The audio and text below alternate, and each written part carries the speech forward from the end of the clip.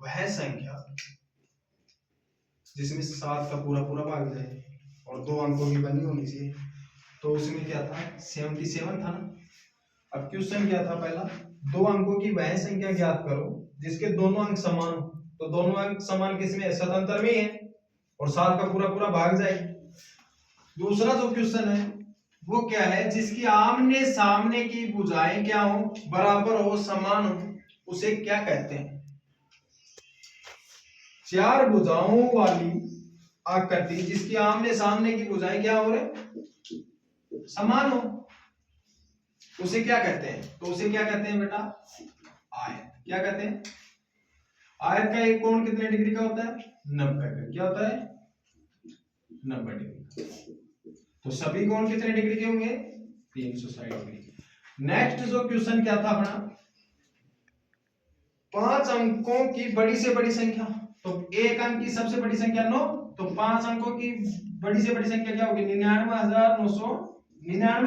और 5 अंकों की छोटी से छोटी संख्या, तो छोटी से छोटी संख्या क्या हो जाएगी, 10,000। तो इस संख्या का फिर योगफल करो, ये अगला आपका क्वेश्चन है।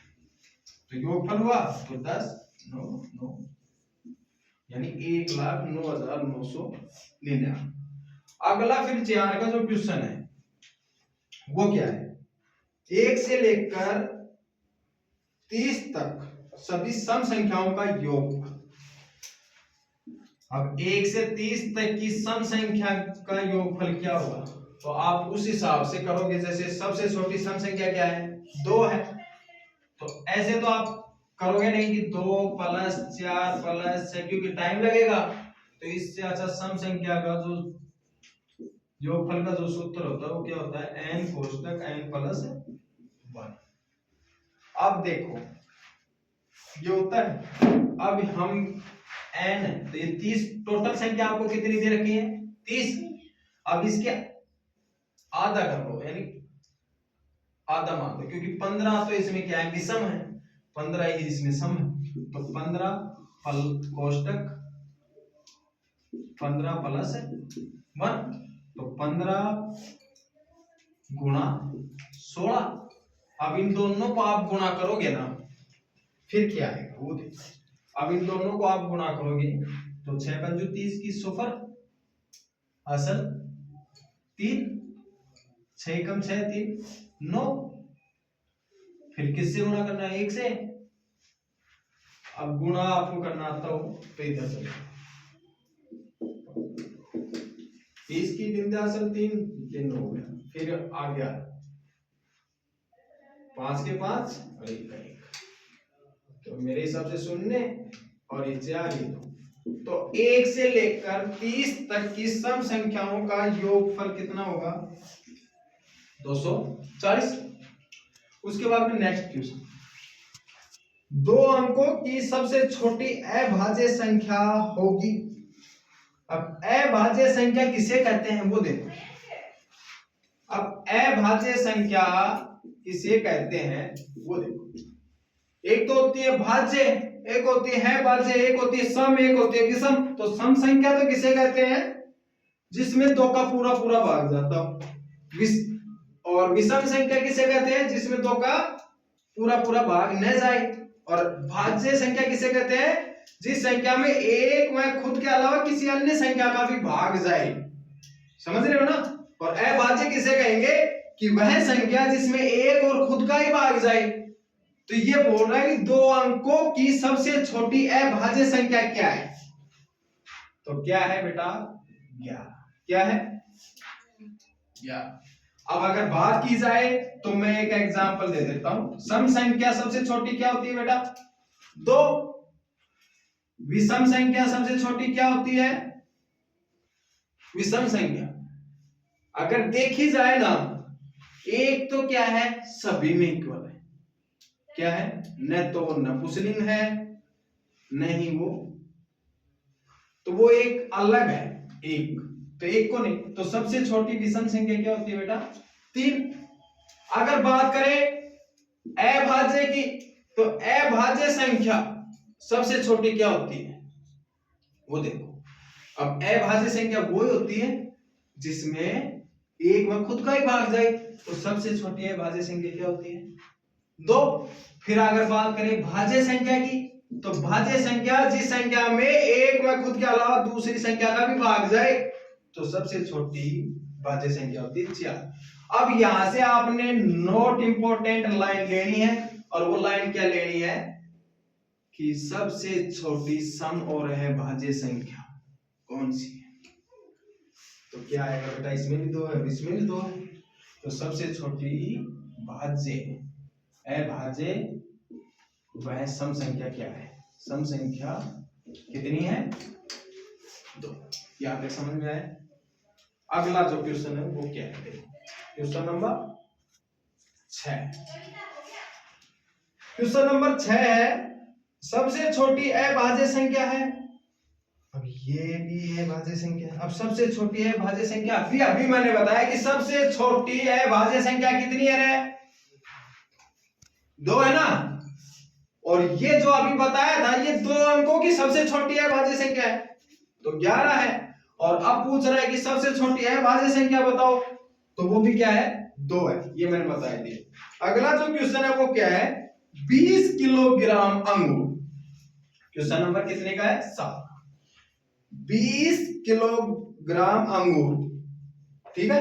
अब मैंने यहां पर डाल दिए 20 केजी अंगूर, ठीक है। अब ये बोल रहा है 5 डिब्बों में बराबर बराबर रखने हैं। बताओ एक डब्बे में कितने अंगूर आएंगे? अंदाजा अच्छा है। यानी कहने का मतलब आपको क्या करना है, 20 केजी अंगूर लेने हैं, 5 डब्बों में रखने हैं। अब रखने के लिए क्या होगा? भाग लगेगा। कितने का? 5 का। तो 5 एकम 5 और 5 4 जा 20। इसका मतलब एक डब्बे में कितने केजी अंगूर आएंगे रे? 4। कितने आएंगे? 4। समझ में आया? ये बोल रहा है कि 20 केजी अंगूर है, 20 किलोग्राम अंगूर है अपने पास, और उनको 5 डब्बों में बराबर बराबर रखने हैं। तो यानी एक डब्बे में कितने अंगूर आएंगे? तो एक डब्बे में 4 केजी अंगूर आएंगे। समझ में आया इतना? उसके बाद में नेक्स्ट क्वेश्चन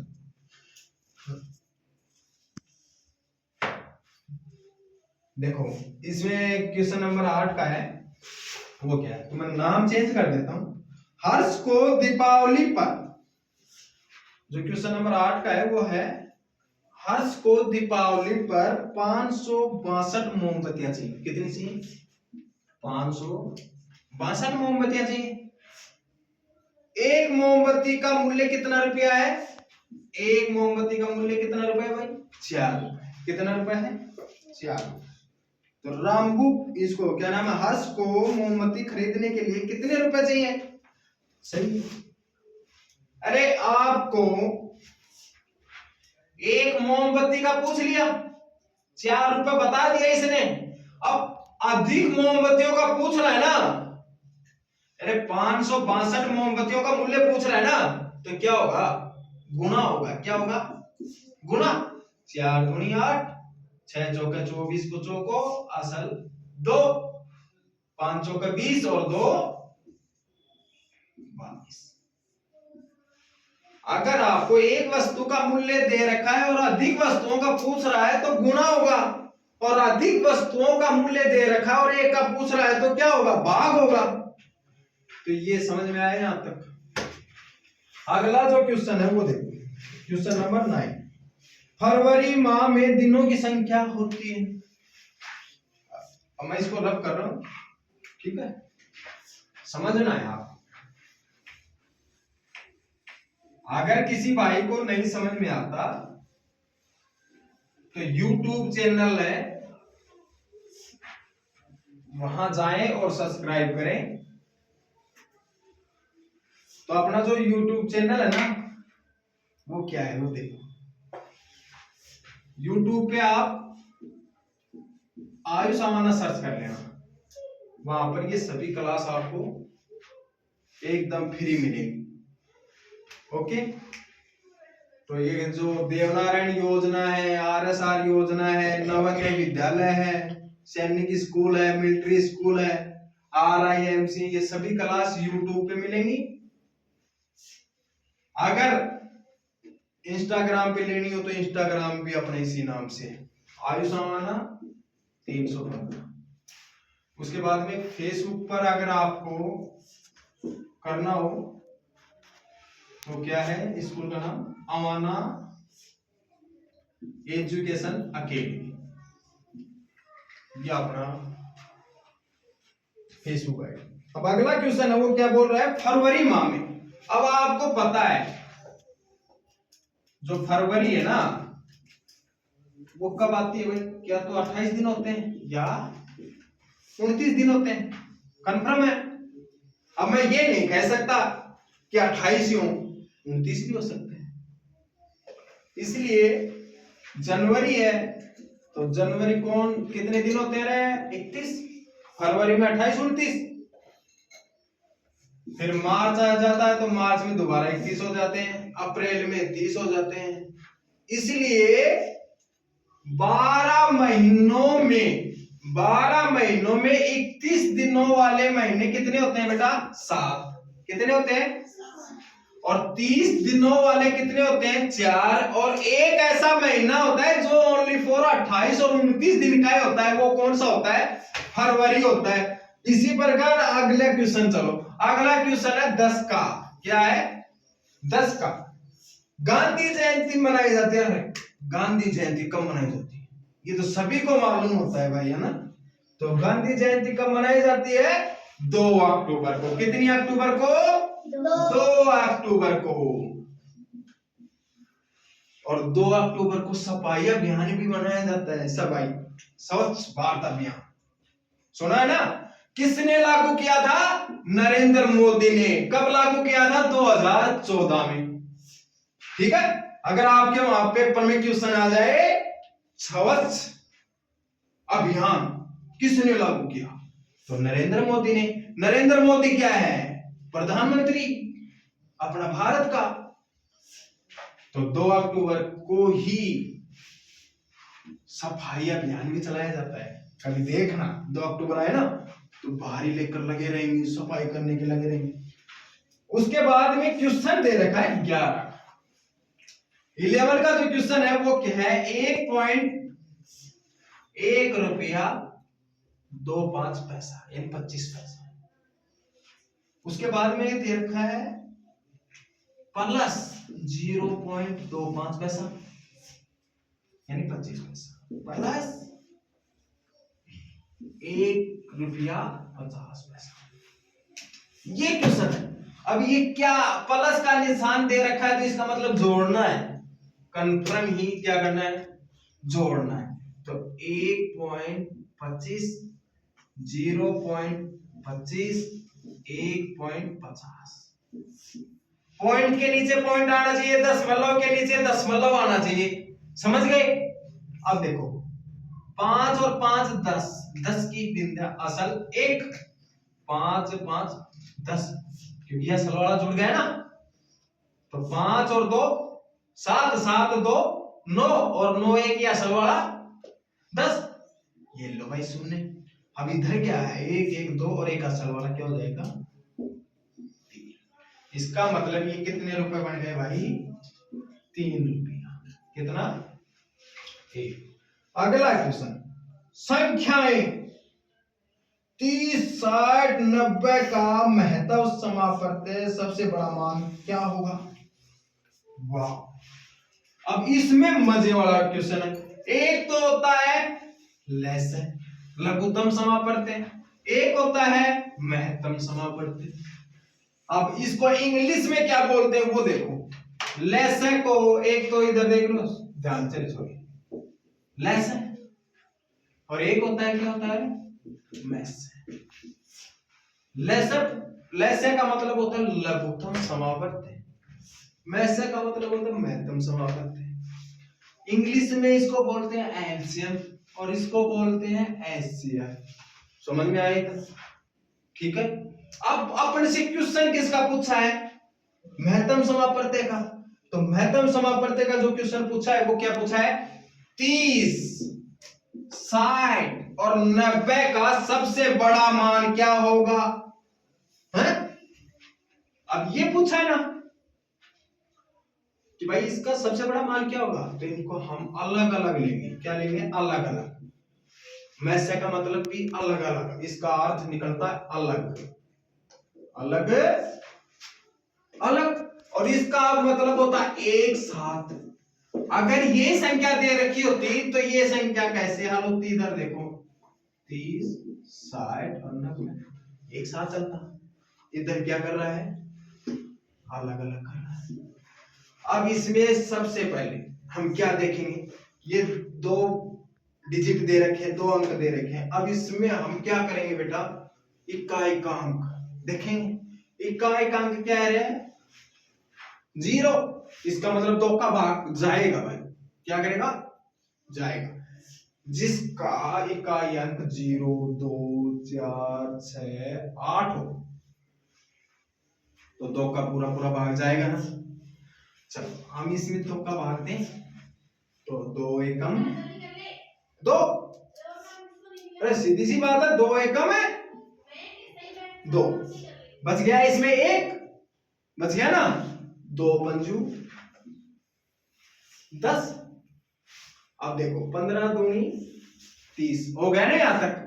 अब अगर हम बात करते हैं नेक्स्ट, अब इसमें 2 का भाग जा रहा है? नहीं जा रहा, क्योंकि इकाई का अंक क्या है? 5। क्योंकि 2 का भाग तो उसमें जाएगा जिसका इकाई अंक क्या मिले? 0, 2, 4, 6, 8 मिले, लेकिन इसमें ये भाग जा नहीं रहा है। अब इन दोनों संख्याओं का योग करो। दोनों संख्याओं को क्या कर लो? योग।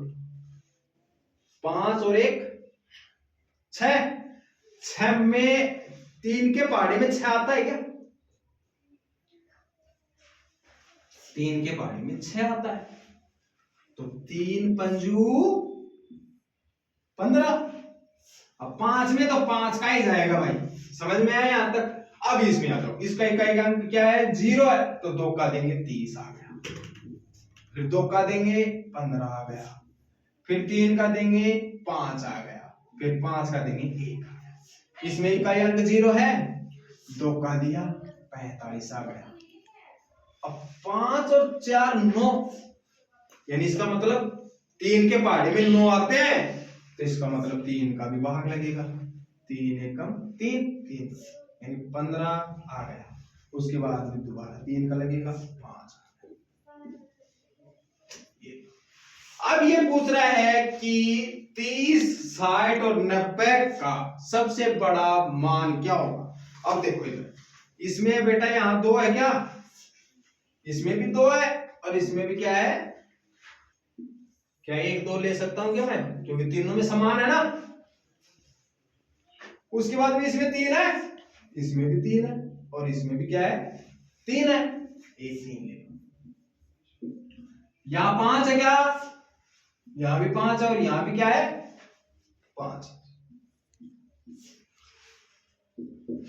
अब देखो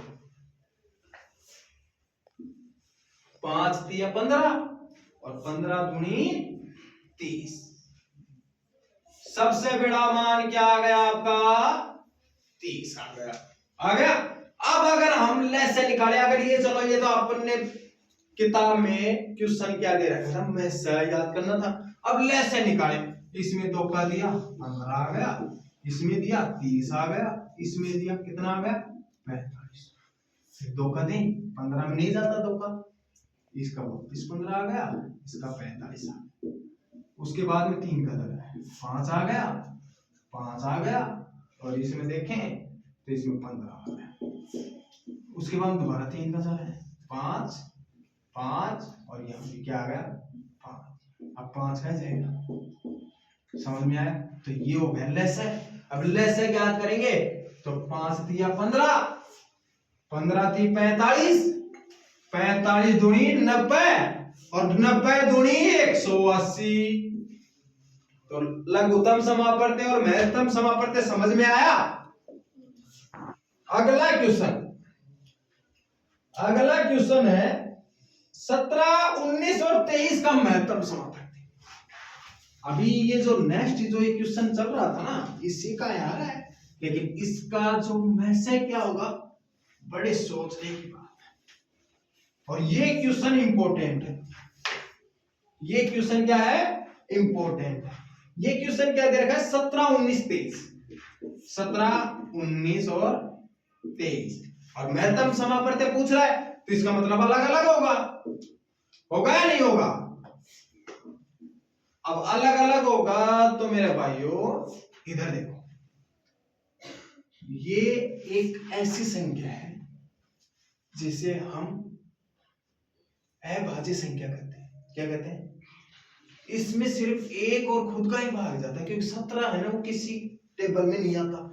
इसका मतलब 17 में 17 का दिया, 19 में 19 का दिया, ये एक आ गया, और 23 में 23 का दिया। ये तीनों की तीनों है भाज्य संख्या, इसलिए 17, 19 और 23 का जो महत्तम समापवर्त्य होगा वो मेरा बेटा एक होगा। क्या होगा, एक होगा। और अगर पूछ लेता लघुत्तम समापवर्त्य तो 17 गुणा 19 गुणा 23 कर देते, वो जो संख्या आती वो लैसे हो जाता।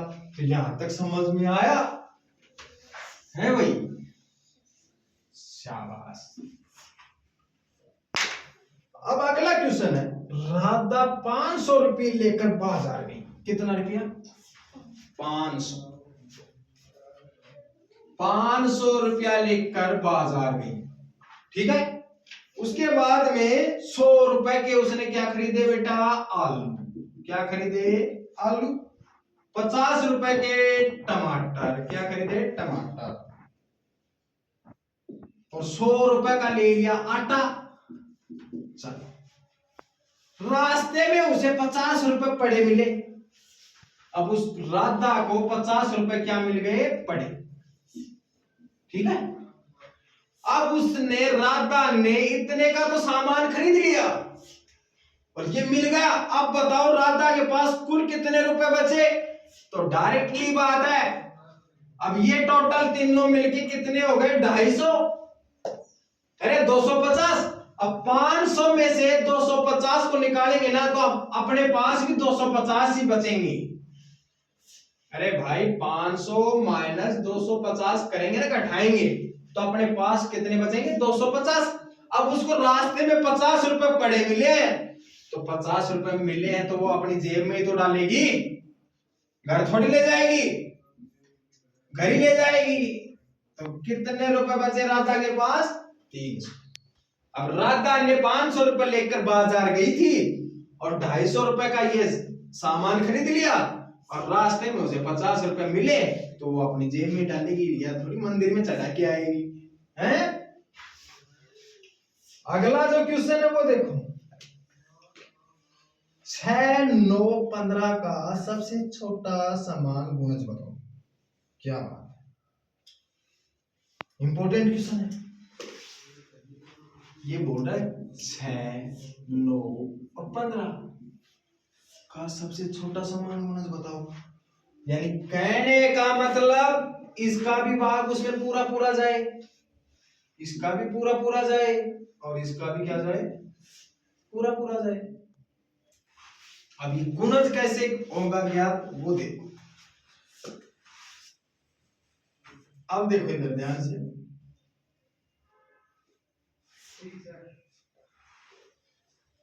15 छिक्की 90, ठीक है। ऐसे अगर आप कर सकते हो तो ऐसे कर लो, या फिर गुणज कैसे होते हैं वो देखो। कहने का मतलब जो क्वेश्चन है वो गुणज ज्ञात करना है। क्या करना है, गुणज ज्ञात। तो तीनों संख्याओं को एक साथ ले लो। क्या ले लो, एक साथ। अब ये ऐसे हमने हल कर दिया, तो 5 तिया 15, 15 ती 45, 45 दूनी 90। इसलिए इन तीनों का सबसे बड़ा समान गुणनखंड क्या होगा, 90 होगा। उसके बाद में देखो 6 के सभी गुणनखंड हैं, 6 के। अब 6 का गुणनखंड ज्ञात करना है अपन, कौन कौन से हो सकते हैं। अब इसमें हम भाग देंगे तो का 3 आ गया, 3 का दिया 1 आ गया, तो 6 का क्या हो जाएगा, 1, 2 और 3, और 6 भी हो सकता है, क्योंकि 6 का भाग भी 6 में जा सकता है। 2 का भी जाएगा, 3 का जाएगा, 1 का तो सभी में जाता है। 27 का तीसरा भाग होगा। सही कह रहे हैं भाई, 27 का तीसरा भाग क्या होगा? तो 27 दे रखा है और तीसरा कर रहा है, तो इसमें भाग तो दिखा 3 का, तो 3 9 27 होगा क्या? तो क्या आ जाएगा? 9। 27 का तीसरा हिस्सा क्या होगा? 9 होगा। अरे भाई 9 प्लस 9 प्लस 9 कर लो रे, 9 9 18, 18 9 27। अरे 9 गुणा 3 कर लो रे, 27। आप पूछ रहे हैं 27 का तीसरा हिस्सा क्या है? तो क्या है? 9।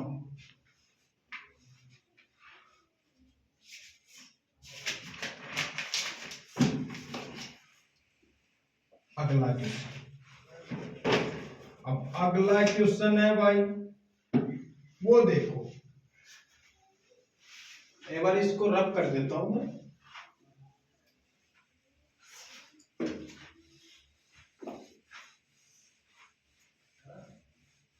नेक्स्ट क्लास के लिए बच्चों सब्सक्राइब करो, लाइक करो, कमेंट करो। जो क्वेश्चन नहीं समझ में आ रहा है उसकी कंप्लेन करो, है? जैसे हम यहाँ पर क्या करते रहे, घर जाते हैं, रोटी नहीं मिलती है तो हम क्या करते हैं? घर वालों को परेशान करते हैं। इसी प्रकार अगर मैथ में क्वेश्चन नहीं समझ में आ रहा है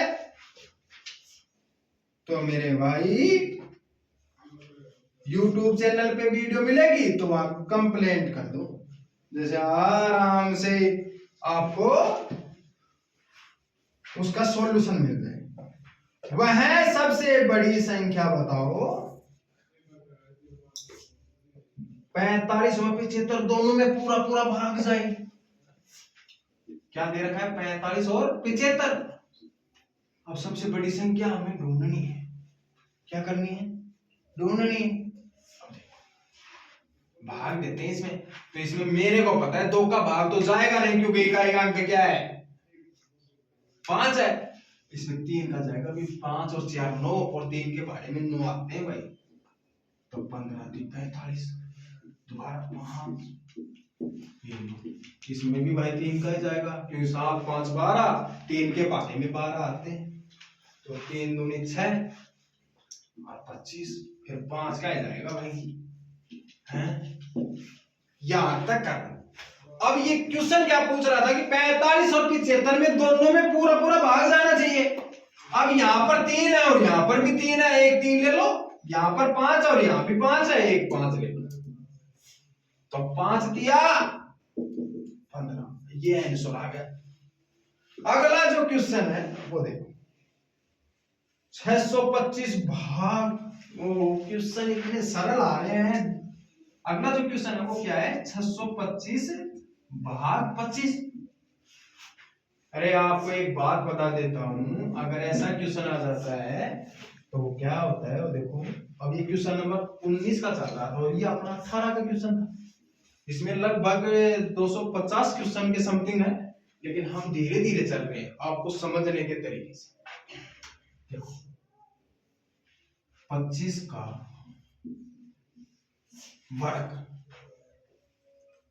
अरे जो हम पढ़ते हैं स्क्वायर पढ़ते हैं ना, एक तो होता है घन क्यूब, एक होता है वर्ग स्क्वायर। तो 25 का जो वर्ग होता है वो 625 ही होता है मेरे भाई। और जब इस 625 में 25 का भाग देंगे तो 25 क्या आ जाएगा? 20, यानी 25 ही आ जाएगा। और अगर आपको नहीं समझ में आया तो 25 को 25 से गुना कर लो, 625 आएगा, और 625 में 25 का भाग दे लो, क्या आ जाएगा?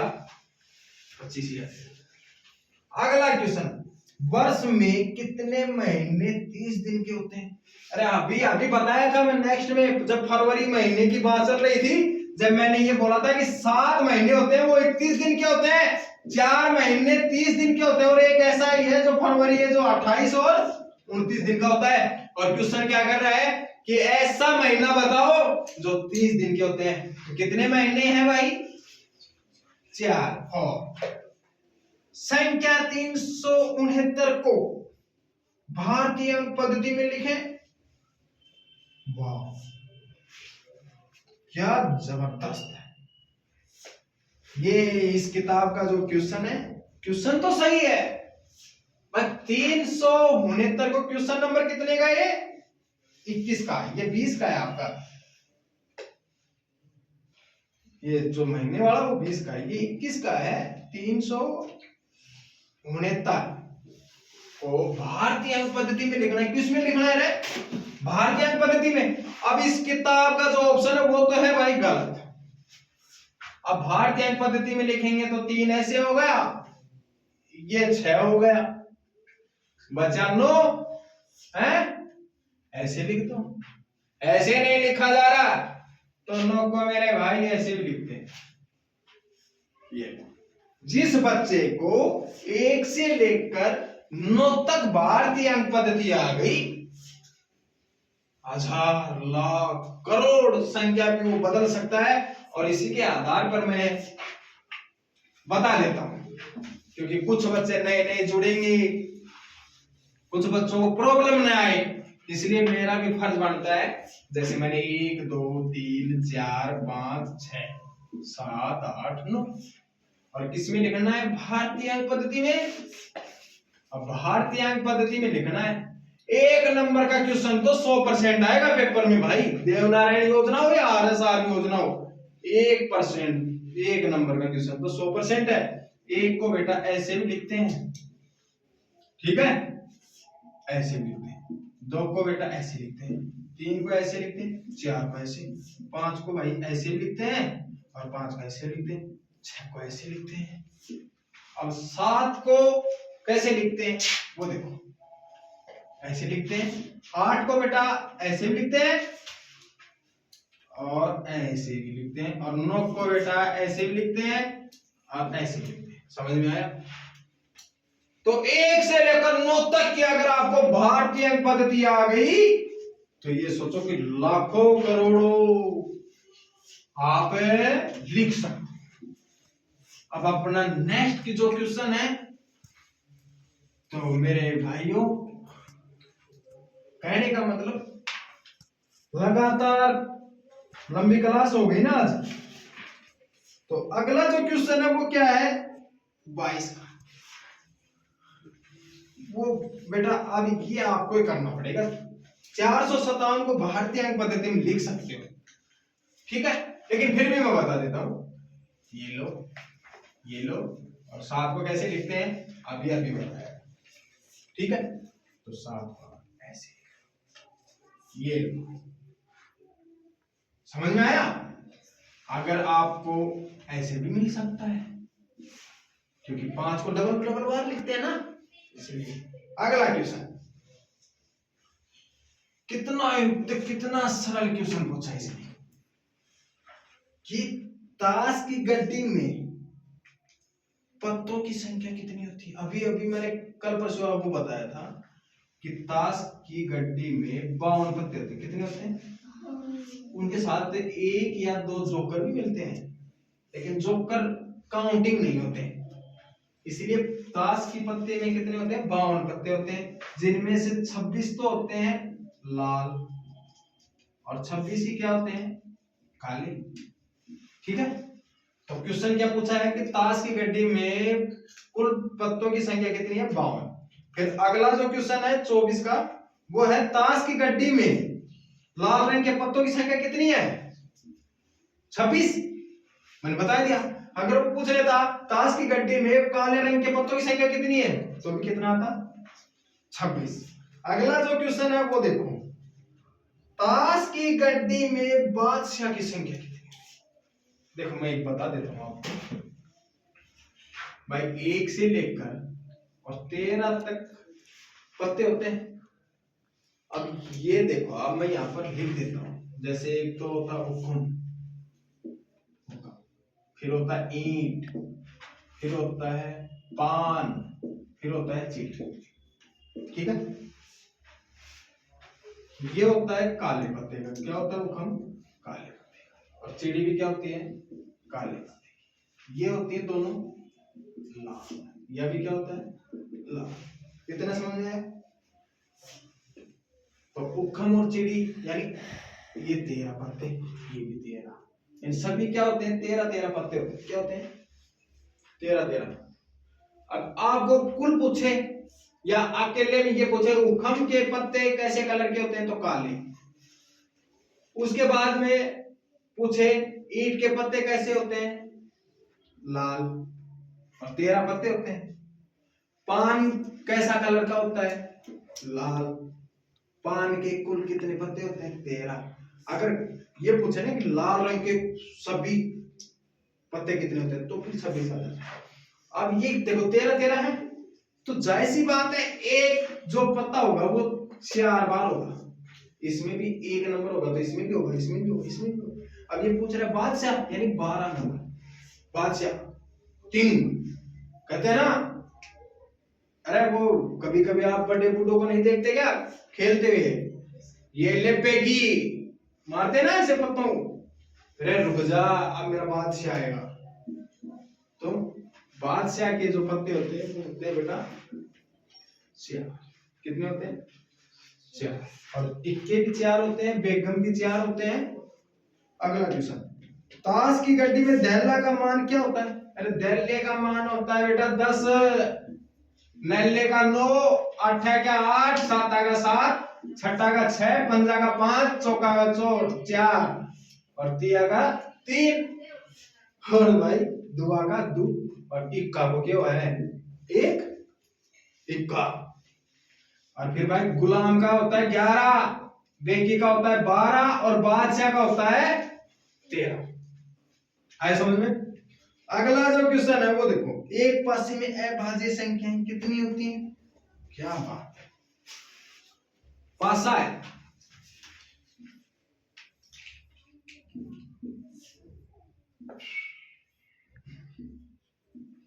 ये क्या है पासा है भाई, ठीक है। यहां मैंने 1 दे दिया, यहां 2 दे दिया, यहां 3 दे दिया, यहां 4 दे दिया, यहां 5 दे दिया। और पासे में कुल संख्या कितनी होती है 6। एक पास, अरे सांप लूडो वाला वो देखा हुआ है क्या, गोल गोल लूडो खेलते हो क्या? हाँ, तो उसमें आता है। तो अब देखो अभाज्य संख्या, एक पासे में अभाज्य संख्या कितनी होती है?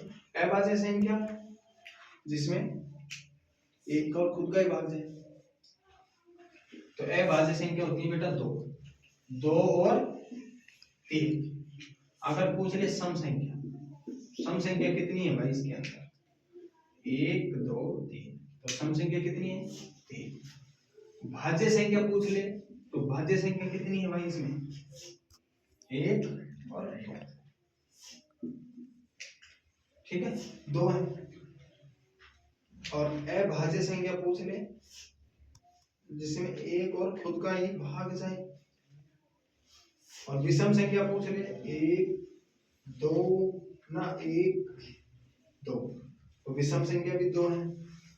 और अभाज्य संख्या जिस संख्या में एक में खुद का ही भाग जाए, तो 1 2 और 3, भाई अभाज्य संख्या होती है 3।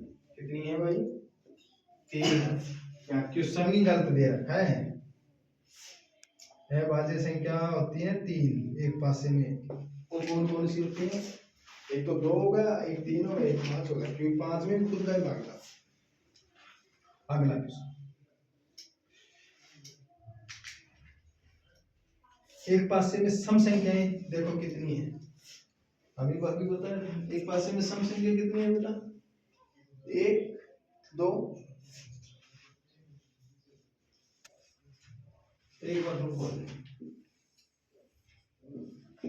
मैं ऐसा पासा बना देता हूँ 1 2 3 4 5 6। सम संख्या भाई 1 2 और 3 होती है, और विषम संख्या 1 और 2 होती है। विषम संख्या तो 2 है भाई, ठीक है, और सम संख्या है वो 1 2 3 है भाई, और अभाज्य संख्या है वो 1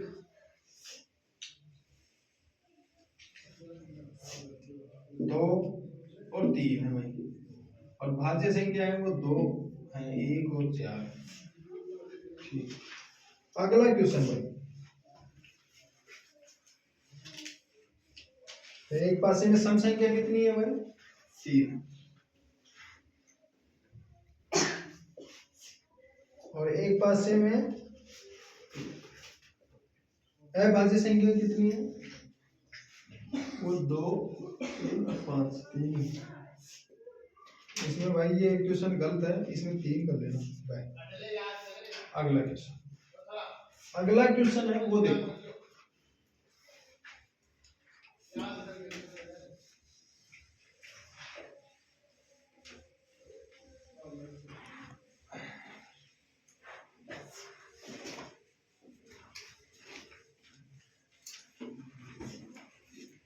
अगला जो क्वेश्चन है वो है, आज हम 30 क्वेश्चन ही करेंगे भाई, 30 क्वेश्चन।